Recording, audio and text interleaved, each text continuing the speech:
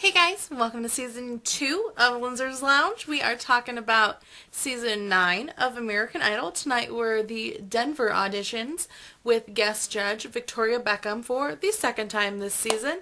I thought I remember hearing something last summer that Kelly Clarkson was going to be joining us for the audition rounds. I guess not. Maybe she'll be in Hollywood Week, or maybe I'm just going crazy. Well, we all know I am going crazy, but I really did think I heard something about her, and that got me thinking, why are we not using American Idol contestants to help do the judging this year? I think that would be kind of a cool thing to do. Like Kelly Clarkson, of course, Carrie Underwood, Chris Daughtry, Clay Aiken even, Jennifer Hudson, Jordan Sparks, any number of contestants, David Cook, Chris Allen, I think would be better at judging people who can sing than somebody who really can't sing all that well. Does anybody remember Posh Spice ever having a solo in the Spice Girls? I don't think so. Anyways, started out the night, like I said, we're in Denver. Started out with Mark Labriola, who is from Denver. He had an interesting backstory, and I liked how we didn't find out about it until he was actually in the audition room and Simon asked him about it.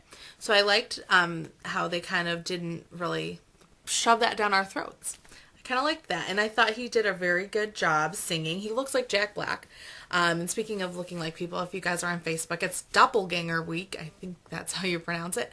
Everybody always tells me that I look like somebody else. They're like, oh, you remind me of this person. Oh, you look like this person. I'm not kidding you. I hear it 20 times a day.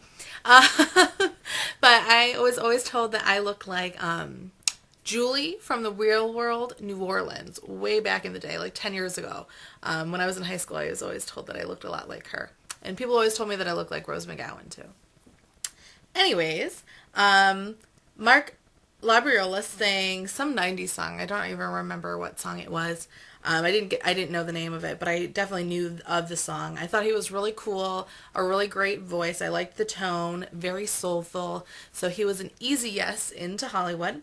Then we had a really bad guy named Mario. Blah, I don't even want to talk about him. And then we had Kimberly Kerbo. She had a 5-year-old daughter. She was totally wearing a wig, and they mentioned that at the end of her audition after she had left the room, but I jotted that note down myself too because I definitely noticed her hair is too shiny to be real. So it wasn't even a good wig. Sorry, my hair is definitely having a mind of its own today. There was this whole thing about why she told Simon to get some Rogaine. That is in that Ingrid Michaelson song. That line is in that song. So I didn't understand the whole hoopla behind this Rogaine controversy that they started. It was stupid. I didn't think she was anything amazing. I thought she sounded pretty amateurish, really. So I was kind of surprised when they put her through to Hollywood. If she got a little bit more training vocally, then maybe she would be good. But I just didn't think there was anything really special about her voice that really is going to put her through Hollywood Week onto the semifinals. I don't think we'll be seeing much more of her, but I've been proven wrong plenty of times. So then we had Danelle Hayes. She was a karaoke host, and she sings in a cover band, and she absolutely hates it. If you absolutely hate singing in a cover band, then maybe you just hate singing altogether because you're getting paid to do that. So I don't really see what the problem is. Yeah, you're not Kelly Clarkson or, any of those people, but still. You can still do what you want to do. Whatever. I thought she was horrible. She sang I'm the Only One by Melissa Etheridge. Love that song. Always have loved that song. But I did not like the sound of her voice. She was screaming and there was no control. It was just horrible. And I was surprised when they put her through as well. And I am not looking forward to seeing what she has to offer. But then again, we only see about a minute and a half at most of any person's audition, when they're probably at least in there for about 5 minutes or so. So she probably sang a little bit more of that song, or maybe even a different song that we didn't hear altogether. And that's maybe what put the judges into that mindset of thinking that she can do well in Hollywood. So who knows? Like I said, we only see a very small portion of any one person's audition. And then we had Casey James, who I was thinking about it. I don't remember what he sounded like or what he sang. The only thing I remember about him is that he took his shirt off, and that got him through to Hollywood. So, like they all said, he really needs to work on his charisma and his charm and his stage presence, because Hollywood Week is going to eat him alive if he acts the same way that he did during his audition. Tori Kelly.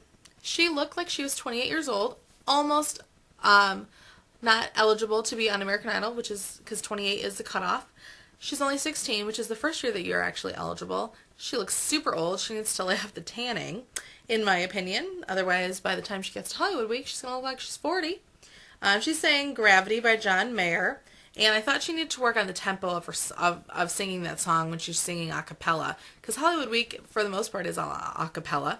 So she's really going to need to work on that. I thought she had a good voice, though. Simon was the only one that didn't think so. So she is on to Hollywood Week. But I think if she works on the tempo a little bit, she'll be okay. So that was the end of day 1. 15 contestants got through. Day 2 started out with Austin Paul, who is a football player from the University of Colorado.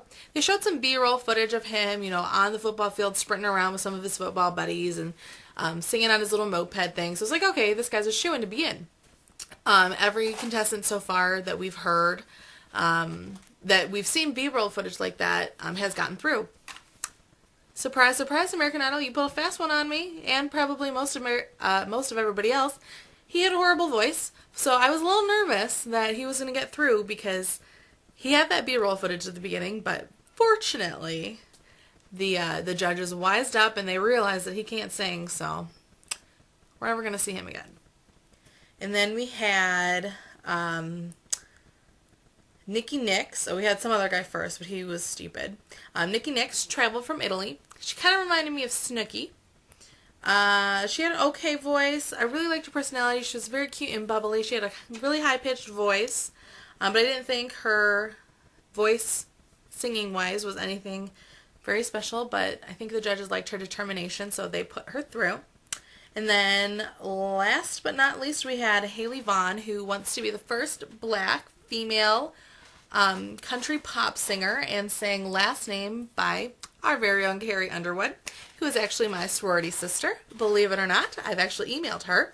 And she kind of has a weird lisp when she sings, but the thing with Carrie Underwood songs that I've noticed, those songs are very specifically tailored to Carrie Underwood, and anybody else that sings them so far that I've heard sounds like they're singing karaoke, even if they're an amazing singer, because those songs just fit her voice so well.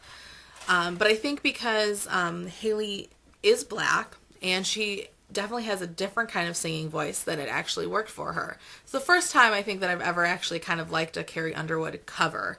But like I said, she did kind of have a strange little lisp that they talked about, but for the most part I enjoyed her story and her and the way that she sang the song and her personality. So I'm excited to see what she can bring to the table. But she's not the first black country singer. What was her name? Paris Bennett sang Cowboy Take Me Away for her audition, which is incredible. But when she was in the competition, she didn't really sing a whole lot of country, but whatever. And then, so we have a total of 26 contestants making it through from Denver. I don't know what the total of contestants going to Hollywood Week is, but tomorrow night, I thought we were going to be starting Hollywood Week. We're not. We're revisiting, I think, every other city that we've already been to in the auditions, and kind of probably looking at some of the different auditions that we didn't get to see. Kind of a different take. I don't know if they've done this before. And then next week we will have Ellen on the show, starting with Hollywood Week. So it'll be interesting to see how she reacts to working with the different judges, and what kind of feedback she gives the contestants, because she is, of course, the least qualified judge. As I move the camera, and of course I'm not that qualified to be giving you guys advice, but I think this is kind of fun, so whatever. So, but yeah, we'll see what Ellen brings to the table next week. Oh, and then we have the stupid bikini boy, which is obviously a setup.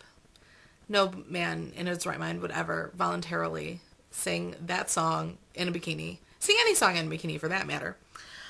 So yes, we will see you guys tomorrow night. Hopefully we'll see some really, really awesome auditions that will restore my faith in this season, because so far I haven't been blown away. The guy that I'm like, or the contestant I should say that I'm liking the best so far is the guy that robbed a bank with a BB gun. So we'll see. I think it is going to be Country's year, though. I really do. So leave me your comments. What do you guys think about the Denver auditions? Who are you guys really rooting for? And you can subscribe to my page right over here if you so choose. Leave me some comments, but please make them American Idol related only. I would very much appreciate that. So yeah, I will talk to you guys tomorrow. I'm going to go watch Lost. It is the season premiere tonight.